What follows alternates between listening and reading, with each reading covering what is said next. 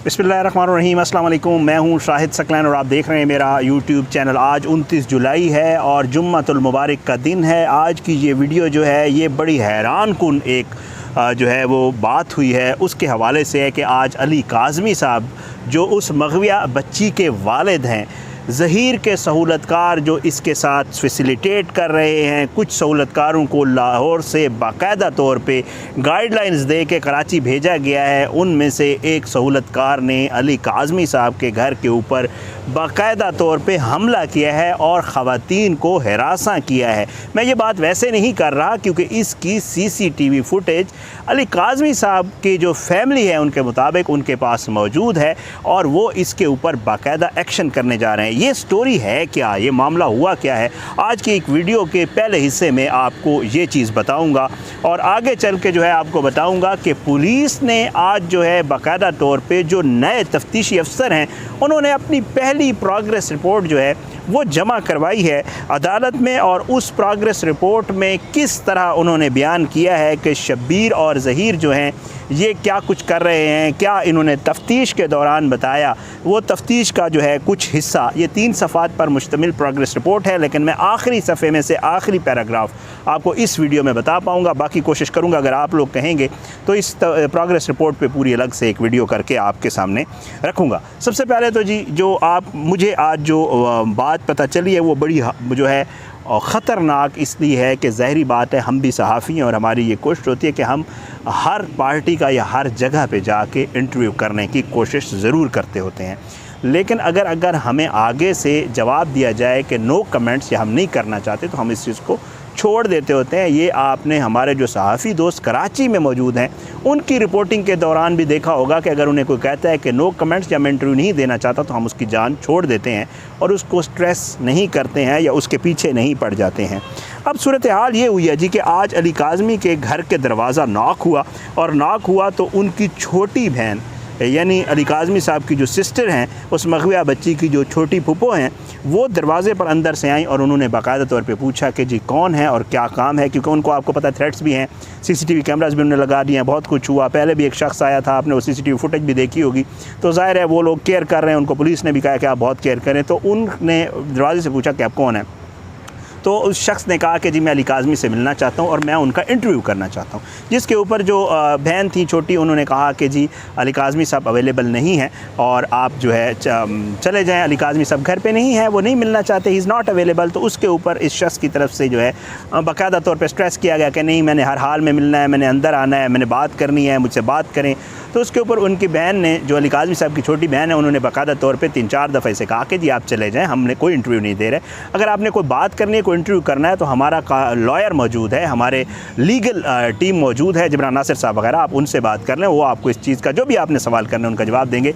घर पर हम लोग कोई इंटरव्यू आजकल एंटरटेन नहीं कर रहे हैं। आपको भी पता है कि अली काज़मी साहब की तबीयत भी ठीक नहीं है और वैसे भी लीगली भी उनको जो है वो हिदायत हैं कि आपने भी कोई इंटरव्यू नहीं देना। बहरहाल जी यहाँ पर मामला ख़राब हो गया। ख़राब इसलिए हो गया, तकरीबन 15 मिनट के करीब जो मुझे बताया गया है बहस की गई इस यूट्यूबर की तरफ से, इस शख्स की तरफ से, और जो है बाकायदा तौर पे कहा गया कि नहीं जी मैंने हर हाल में अंदर आना, इंटरव्यू करना है। हैरान हूँ मैं कि जी उसके बाद वो जो बहन है छोटी, वो ख़ुद अंदर चली गई इनको बाहर छोड़ के, क्योंकि ये बात नहीं मान रहे थे और कोई बात सुन भी नहीं रहे थे। वो लोग अंदर चले गए, उसके बाद बहरहाल ये वहाँ से रफू चक्कर हो गए और निकल गए।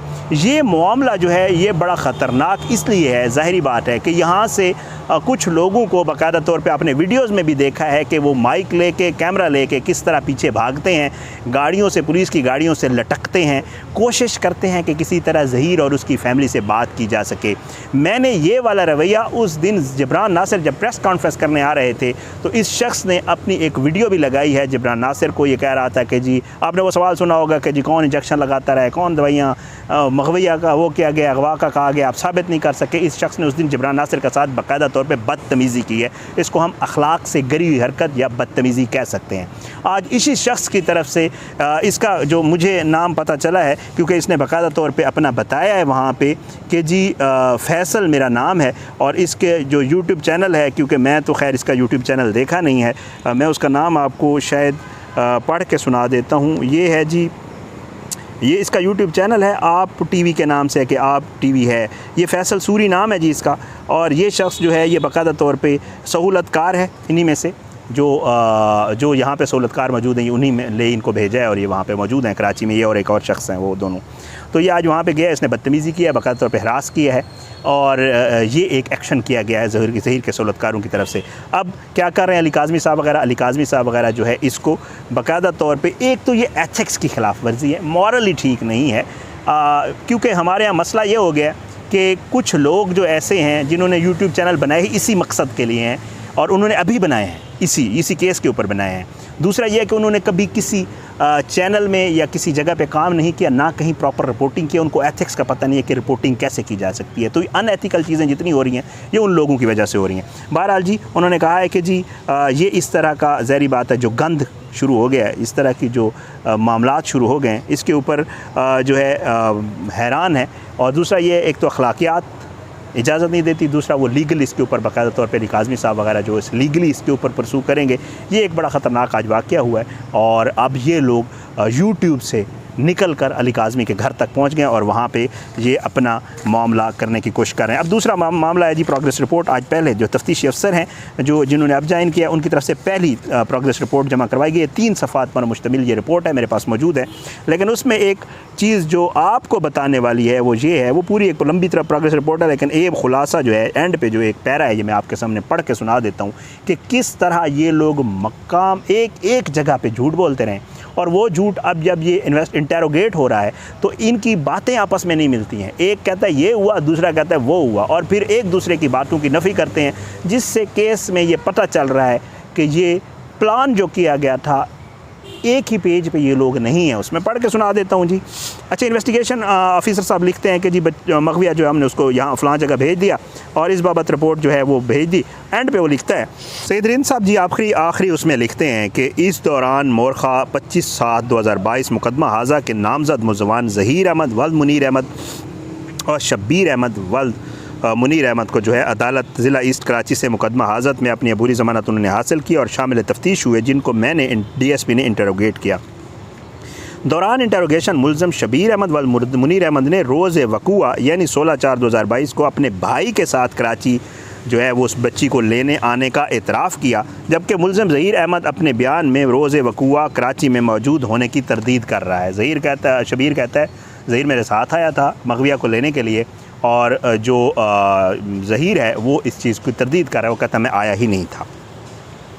अच्छा, उसके बाद जबकि मुलज़म ज़हीर अहमद के ज़ेर इस्तेमाल मोबाइल फ़ोन नंबर फ़लाँ जो कि इसकी वालदा नूर मुनीर के नाम रजिस्टर है और मुलज़म ज़हीर अहमद के ज़ेर इस्तेमाल है का हासिला CDR चेक किया, जिससे मुलज़म ज़हीर अहमद की रोज़ वक़ुआ लोकेशन कराची की आ रही है। अब यहाँ पे इन्वेस्टिगेशन ऑफिसर साहब बताते हैं शब्बीर ने कहा मौजूद था, ज़हीर भी साथ आया था, हम खुद लेके गए थे। ज़हीर कहता है मैं नहीं आया था।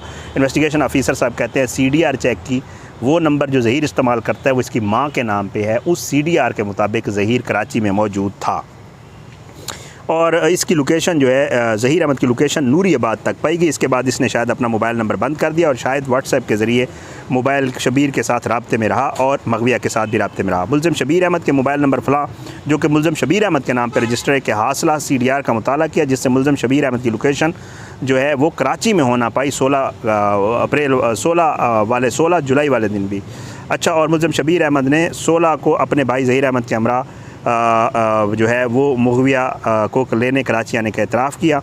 मुझ DSP ने मुलज़मान के CRO का तकमीला किया और आपकी जुमला तफ्तीश ये है ज़हीर अहमद मुनीर अहमद वल्द शब्बीर अहमद वल्द मुनीर अहमद इंटेरोगेशन हासिला से रोज़ वक़ुआ 16/4 को मुलज़मान ज़हीर अहमद और शब्बीर अहमद की कराची में मौजूदगी पाई गई है।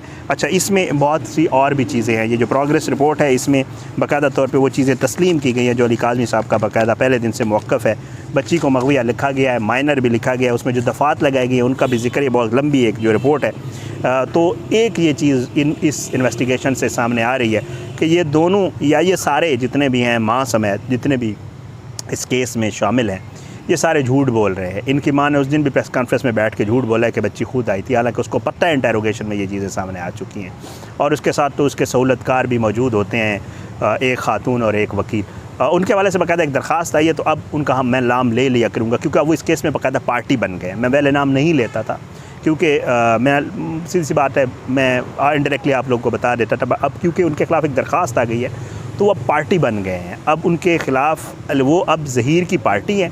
पहले ढके छुपे थे, अब खुल के आ गए। खुल के तो खैर बड़े अरसे से आ गए थे, बट अब बाकायदा लीगली भी खुल के आ गए। तो अब ये एक पार्टी और एक अली काज़मी साहब वाली पार्टी है, ठीक है। तो अब ये ज़हीर के साथ हैं और वो जो है अली काज़मी, तो इसलिए अब ये पार्टी बन गए। तो इनके ख़िलाफ़ भी एक दरख्वास्त आई है और उसके ऊपर भी आगे अगली वीडियो में आपको मैं कोशिश कर रहा था अभी बता दूं, बट ज़ाहिर है ये वीडियो तो इंशाअल्लाह उसके हवाले से अगली वीडियो में। लेकिन ये जो मामला हुआ है इसके ऊपर मज़ीद इन्वेस्टिगेशन भी होनी चाहिए।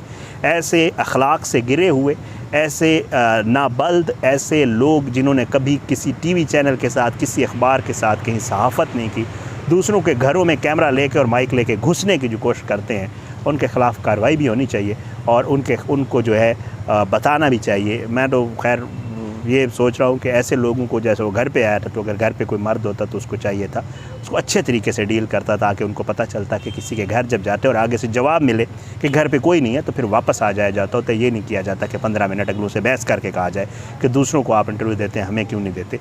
ये मामला कल को आपके साथ भी हो सकता है। तो बहरहाल जी, आज की ये वीडियो इतनी ही। आने वाली किसी वीडियो तक इजाज़त दें। अपनी दुआ में याद रखें। अल्लाह पाकिस्तान का हामी नासर हो, इसके खिलाफ साजिश करने वालों को नाबूद करे, ज़ालिमों को इबरत का निशान बनाए, मज़लूमों को इंसाफ मिले और सहूलतकारों को भी इंशाअल्लाह जल्द जो है वो अपने अंजाम तक पहुँचाए। अपनी दुआ में याद रखा करें। पाकिस्तान जिंदाबाद। अल्लाह हाफ़िज़।